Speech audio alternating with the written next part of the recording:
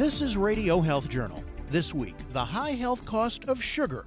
To one expert, it's a lot like one other source of empty calories. Can you name an energy source that is not nutrition, that causes damage when consumed in excess, and we love it anyway, and it's addictive? And the answer is alcohol. Nancy Benson looks at obesity, diabetes, and sugar when Radio Health Journal returns.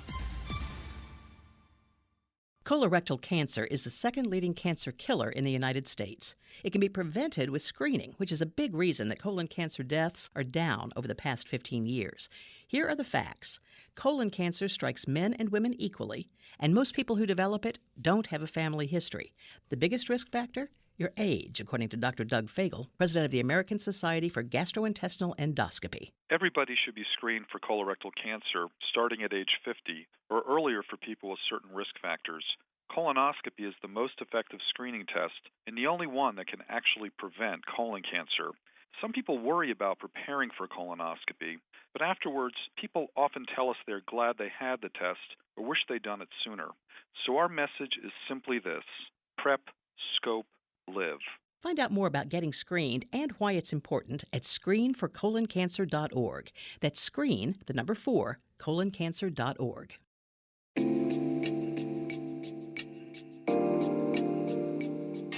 The extent of America's obesity epidemic is indisputable. About 2/3 of us are either overweight or obese, and it's overtaken smoking as a source of health problems and shortened lives.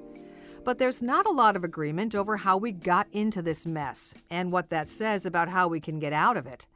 The quick and easy response is simply to blame people for eating too much and exercising too little. Everyone thinks that obesity is about calories, and calories are a math problem. You eat too much, you exercise too little, and after all, you eat too much, that's gluttony. You exercise too little, that's sloth. Gluttony and sloth, 2 of the 7 deadly sins, therefore personal responsibility. Dr. Robert Lustig is a pediatric endocrinologist at the University of California, San Francisco, president of the Institute for Responsible Nutrition, and author of Fat Chance: Beating the Odds Against Sugar, Processed Food, Obesity, and Disease. He says the enormous increase in dietary sugar is the real reason for the obesity epidemic, and it goes far beyond the calories in sugar and other foods. But he says food companies love to make us think it's our own fault. It's a concept invented not that long ago by another industry trying to protect itself. The tobacco companies in 1962, they were getting killed on the science, and they had to invent another reason for you to smoke. So they said, well, you get to choose. You get to choose if you smoke. It's your own choice. Don't but put that cigarette in your mouth. Now, the question is it personal responsibility when the substance is addictive? Does that change the argument? Clearly it does, because every substance of abuse is now considered a public health problem rather than a personal responsibility problem. So is Lustig saying that sugar is addictive? He says the evidence clearly shows that the answer is yes. Sugar does every single thing to the brain that any other substance of abuse does, and that sugar also causes addiction in about 20% of the population. So people say, well, how can sugar be addictive? Sugar is a food. How can a food be addictive? You need food to live. You need sugar to live. These are the arguments that are brought out. Well, guess what? You don't need sugar to live. Not only do you not need sugar to live, you actually live way better without it. Turns out that the molecule in sugar that we love, that's sweet, that actually activates the reward center, called fructose, there is no biochemical reaction on the body that requires it, that when consumed in excess, it causes cell, metabolic, and human damage, and it's addictive and we love it anyway. Lustig says there's only one other energy source that meets those same qualifications: alcohol. Alcohol is not a food. No one would call alcohol a food. 40% of America are teetotalers, and as far as I know, there's nothing wrong with them. Maybe missing out on a little fun, but otherwise perfectly healthy. Alcohol is not a food. Alcohol is a toxin, and we regulate it as such. Turns out sugar meets every single criterion that alcohol does. So sugar is not a food either. And if sugar is not a food, and sugar does the exact same thing as alcohol, then sugar is addictive. And if sugar is addictive, then how does personal responsibility work? But if sugar is the main cause of obesity, why has it been a huge problem only over the last 30 years or so? Granulated sugar has been in widespread use for hundreds of years, and it's presumably been addictive all that time. So what changed? Lustig says two major things at about the same time. First, sugar got cheaper than it had ever been before. And second, experts and the government labeled fats in the diet as a far greater danger than they really are. Those two things pretty much happened at the same time. So sugar got cheap because of something called high fructose corn syrup. And that was brought to our shores in 1975. And what that did was that provide competition for sugar cane. And it was a lot easier to harvest, and it was miscible in liquids, so it didn't crystallize out. And it was made on our own shores, and we didn't have to import it. So it was half the price of sugar, and so drove the price of sugar down. So all of a sudden, now, for the first time, sugar was cheap. Up to that point, it was kind of on the expensive side, especially since the tariffs kept the prices propped up. The second factor was the very first U.S. dietary guidelines issued in 1977, which dictated that people should eat low fat. Well, low fat tastes like cardboard. And the food industry went, what are we going to do to make people eat all this low fat garbage we're making? Well, what'd they do? They spiked it with sugar. Because when you spike it with sugar, people come running. So they made an entirely new set of products, and they developed an entirely new industry around low fat and fat free, basically based on sugar as the substrate. So our sugar consumption just jumped through the roof, and in the process, we developed the diabetes, obesity, fatty liver disease, cancer, and dementia epidemics that we have today. But Lustig says sugar doesn't have to make people fat to make them unhealthy. Take diabetes, for example. Many experts say obesity causes diabetes. But Lustig says that turns diabetes into a simple calories in, calories out calculation, which doesn't explain everything.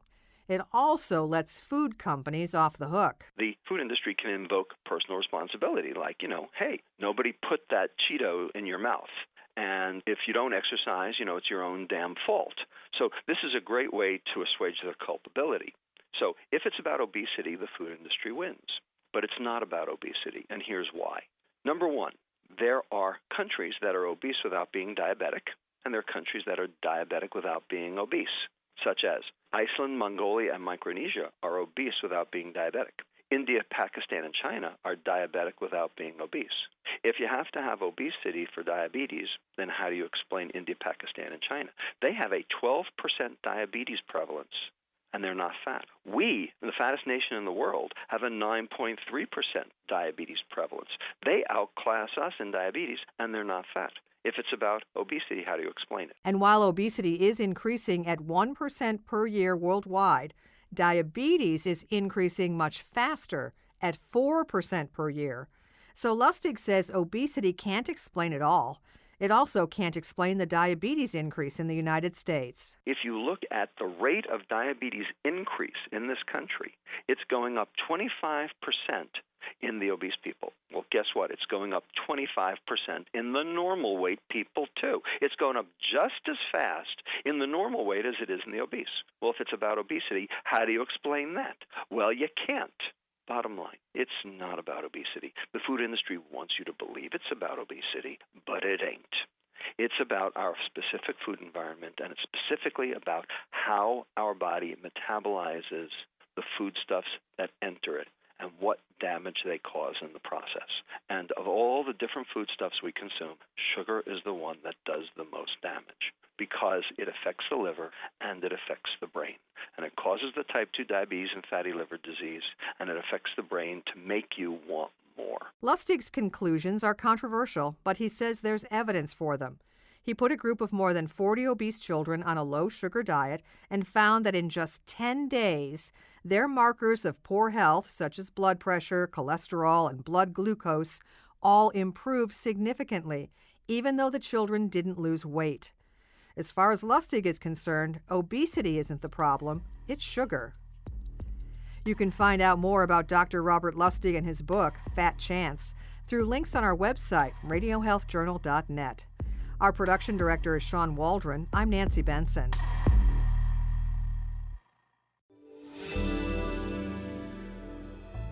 Medical notes this week.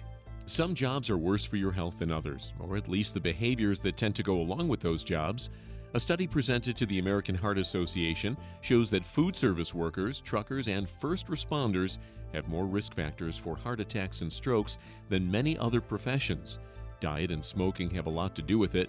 Researchers say food service workers have the worst diets of any profession, while more truckers smoke, and 9 out of 10 police, firefighters, and other protective service workers are overweight.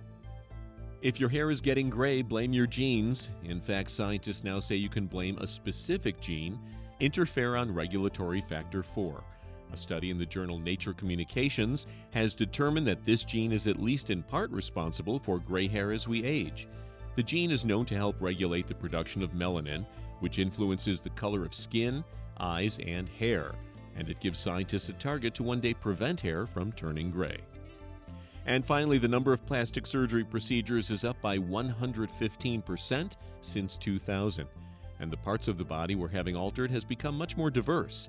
The American Society of Plastic Surgeons says the fastest growing procedures today are butt implants and lifts, and that more than 40% of breast reductions are now performed on men.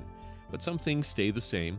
The top 5 plastic surgery procedures are breast augmentation, liposuction, nose jobs, eyelid surgery, and tummy tucks. And that's Medical Notes this week. More in a moment. Thank you for listening to Radio Health Journal, a production of MediaTrax Communications. If you enjoyed this week's show, please leave a review on iTunes or share it with a friend.